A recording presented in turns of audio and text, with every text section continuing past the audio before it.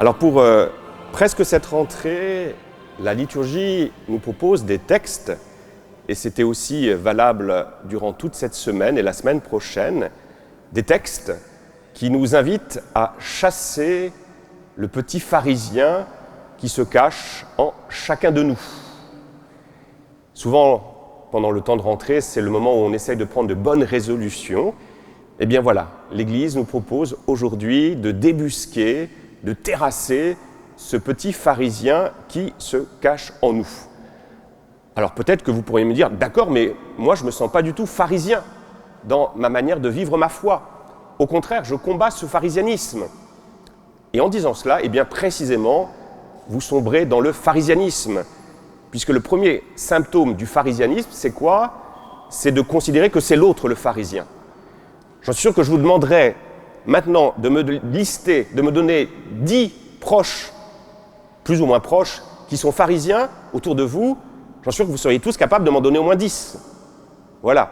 Il y a lui, il y a lui, il y a lui, il y a lui, il y a lui, il y a lui. Est-ce que vous êtes mis dans la liste de ceux qui sont pharisiens ? J'en doute. Donc le grand principe du pharisianisme, c'est de penser que le pharisien, c'est l'autre. Et que nous sommes du bon côté de la barrière. Nous sommes des vrais croyants, des bons croyants qui s'efforcent de vivre une vie évangélique. Donc première chose, si vous ne vous sentez pas concerné par ce que je dis, c'est que vous êtes concerné. Voilà. Deuxième chose, voilà, Jésus nous invite, il est en confrontation avec ces pharisiens qui n'ont de cesse de le faire chuter, de précipiter sa chute. Nous sommes encore qu'au début, que dans les premiers chapitres de l'Évangile. Donc voilà, essayons de regarder sous quels angles ils attaquent aujourd'hui Jésus.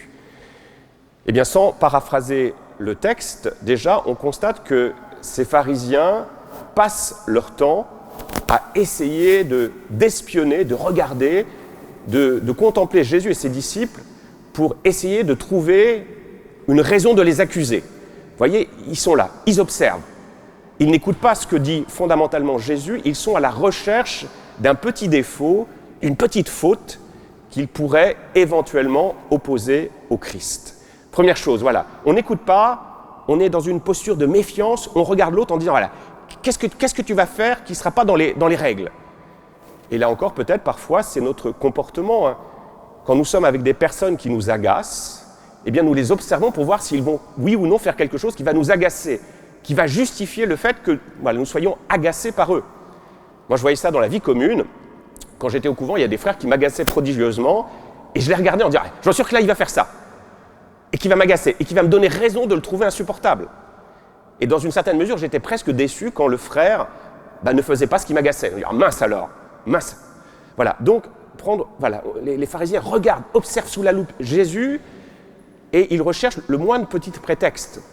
Et là, on voit, c'est intéressant, c'est que l'argument qui va être opposé à Jésus et à ses disciples, c'est le non-respect des ablutions qui précèdent les repas.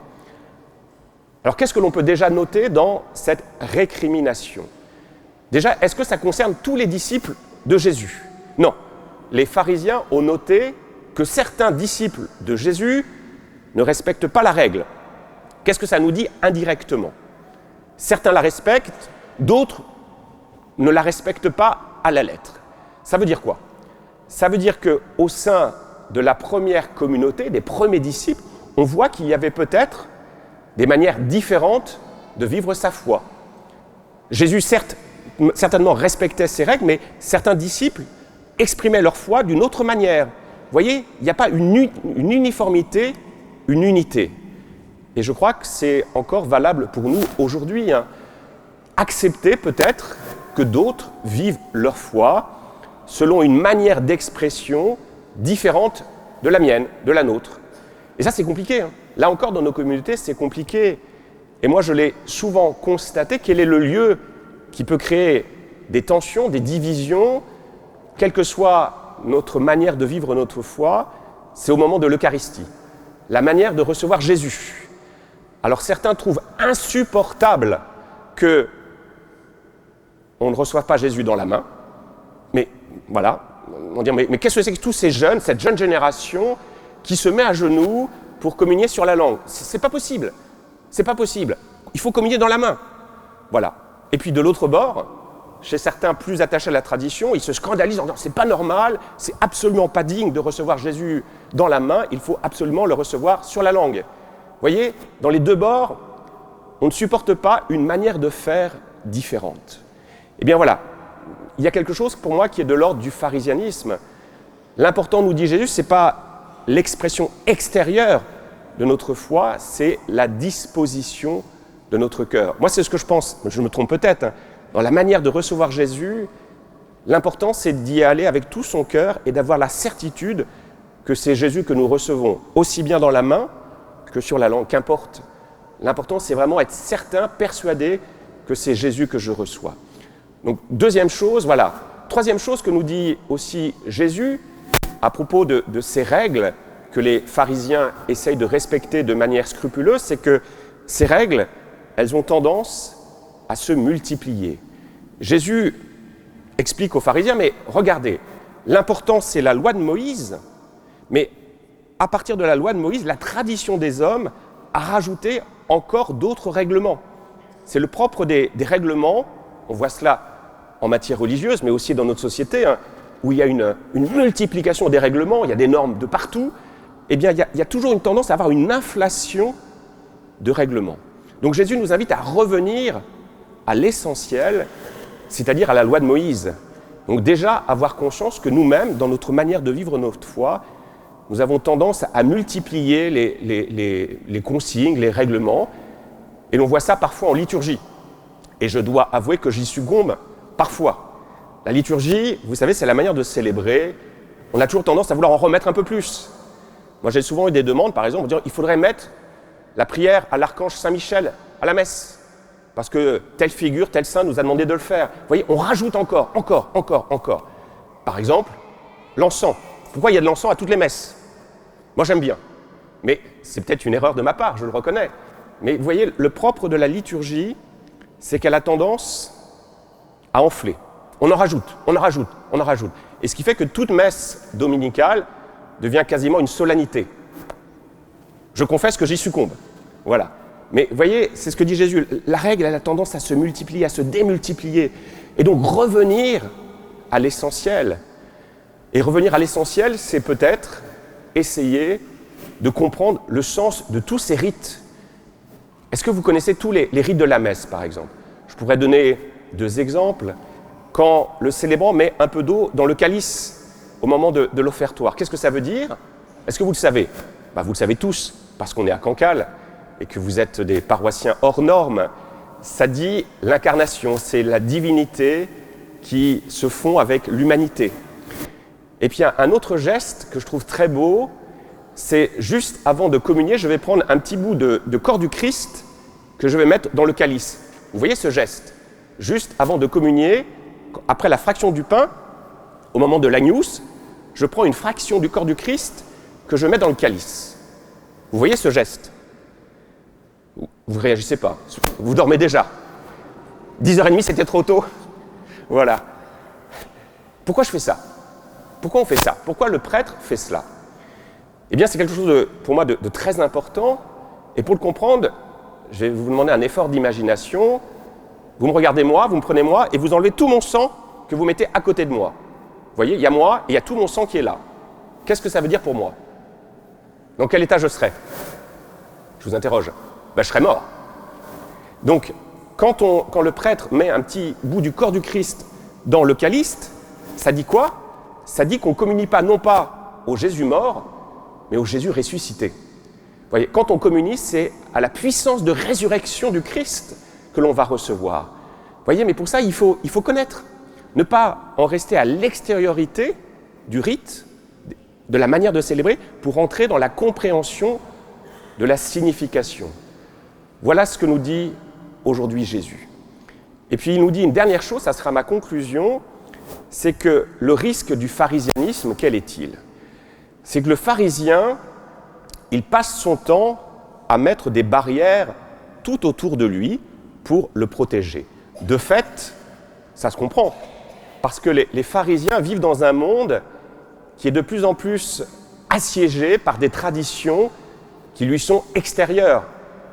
Avant cela, il y avait la tradition des Cananéens, donc tous les cultes idolâtriques qui existait en Terre Sainte avant l'arrivée d'Israël. Donc c'est cette menace du retour de l'idolâtrie, des religions traditionnelles, des religions proche-orientales, mais il y a une deuxième menace, c'est la culture hellénistique, c'est la culture grecque, vous voyez, qui risque de contaminer la manière de vivre sa foi. Donc le pharisien, c'est celui qui veut se protéger, qui veut être séparé des autres. C'est le perushim en hébreu, ça veut dire ça, c'est être séparé. Parce qu'il considère que l'autre, l'extérieur, c'est dangereux. Ici, on est tranquille, mais si vous sortez, c'est dangereux. Donc qu'est-ce qu'il faut faire? Il faut multiplier les barrières, les règlements, pour essayer de mettre à distance ce monde qui est mauvais. Alors pourquoi cette logique-là, elle est dangereuse? Et cette logique-là, elle est parfois aussi en vigueur dans nos communautés chrétiennes. Il y a 2 ans, je crois qu'un journaliste théologien américain qui s'appelle Dreher avait écrit le Paris bénédictin. Le Paris bénédictin, de manière un peu caricaturale, c'était une invitation pour nos communautés à vivre repliées sur elles-mêmes dans un monde qui est mauvais. Donc on se replie sur nous et surtout on se protège de l'extérieur. Bon, je suis caricatural en disant cela, Dreher est plus fin que cela, mais l'idée elle est là. Alors pourquoi cette posture est dangereuse? Elle est dangereuse pour 2 raisons.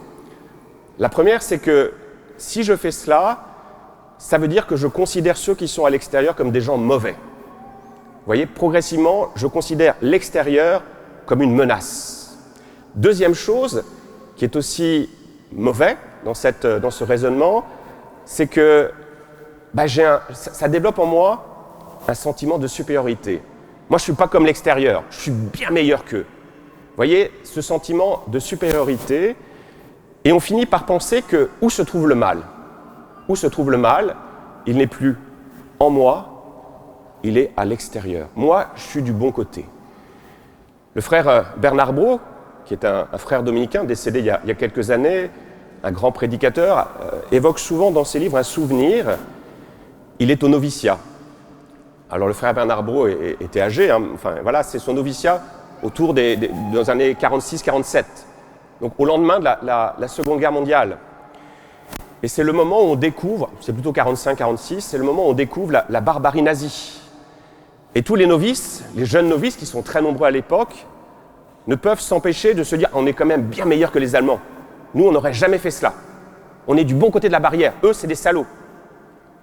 Et là, le père Chevignard, qui a été leur père maître, chez les Dominicains, il a été père maître pendant très longtemps. Le père Chevignard s'est énervé en disant mais mes amis, vous n'avez rien compris. Si vous ne pensez pas que ce qu'ont fait les Allemands, vous auriez pu faire la même chose dans les mêmes conditions, vous vous trompez complètement. Ce qui est malade, c'est le cœur de l'homme. Dans certaines circonstances, ce mal qui est en nous, il finit toujours par reprendre le dessus. On voit ça très bien dans le cinéma, dans tous ces films apocalyptiques, tous ces films de zombies ou de destruction. Qu'est-ce qui se passe? Généralement, tout ce côté noir, cette noirceur de l'homme, elle ressort, elle est là. Et donc Jésus nous dit, voyez, le mal n'est pas à l'extérieur, il est fondamentalement en nous. Et donc on a plus que jamais besoin d'avoir conscience de sa fragilité. Moi j'aime beaucoup cette prière de Saint Philippe Néri. Saint Philippe Néri, un grand saint, plein de charité. Il disait tous les jours à Dieu, méfie-toi de Philippe. Méfie-toi de Philippe. Et moi, tous les jours, je devrais dire, méfie-toi de frère Thibaut. Si tu n'y prends pas garde, tu peux retomber et rechuter. Vous voyez, le mal n'est pas à l'extérieur, mais fondamentalement, il est en nous. Et si on considère que le mal est à l'extérieur, on va baisser les bras, on ne va plus être vigilant, et c'est là que l'on va risquer de faire des choses épouvantables. Dans l'Église, il y a plein de témoignages, des prêtres qui ont oublié que leur cœur était malade, pensaient que le mal était à l'extérieur. C'est une vraie conversion, et pour vivre cette conversion, quel est le chemin que nous devons vivre? C'est celui de Jeanne Jugan, c'est ce que nous disait ce que nous disait Saint Jacques dans la deuxième lecture, c'est rester vigilant pour les petits, pour les pauvres, pour les orphelins, pour les veuves. Alors, le seul chemin que nous propose aujourd'hui le Christ, confirmé par Saint Jacques, vécu par notre sainte patronne, c'est cette charité. Alors suivons ce chemin et à partir de là, nous serons sûrs d'être du bon côté. Amen.